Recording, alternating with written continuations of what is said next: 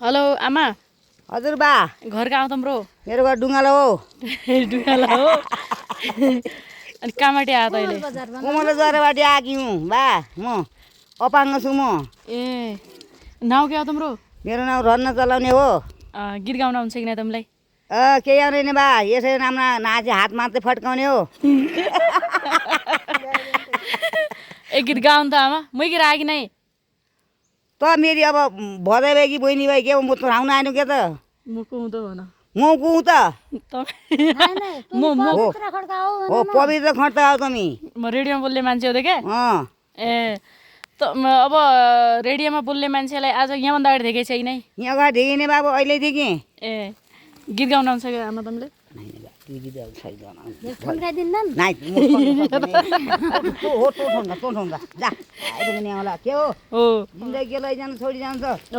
मरि लानु क्या छ यी हाम्री अर्की आमा छन्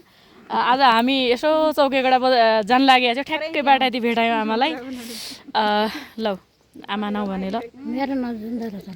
जुन्दरा चलाउने तमी मैले चिन्ने रहेछौ त क्या ल भनेर चिनेको ए ल एक गीत गा त के गीत गाउनु पर्यो त ज्या गीत गाउने के गीत गाउँछ अब ज्या गीत गा पनि भयो आज हामी यसो बाटोमा हिँड्दै गर्दाखेरि आमालाई भेटायौँ खुब रमाइली मान्छे रहेछन् हामी हिँड्दै गर्दाखेरि अनि उहाँले कुरा गर्नुभयो बाटाती बसेकी छिन् उहाँसँग रमाउने हो खेल्ने हो गलत गर्ने होइन के छ र मरिलानु भन्नुभयो खुसी लाग्यो आमा है ल हुन्छ एक गीत गा ठिक धन्यवाद है राई गोरु खै मने राई गोरु खै मने दिनभरि काटेका घाँस राई गोरु खै मने राई गोरु खै मने दिनभरि काटेका घाँस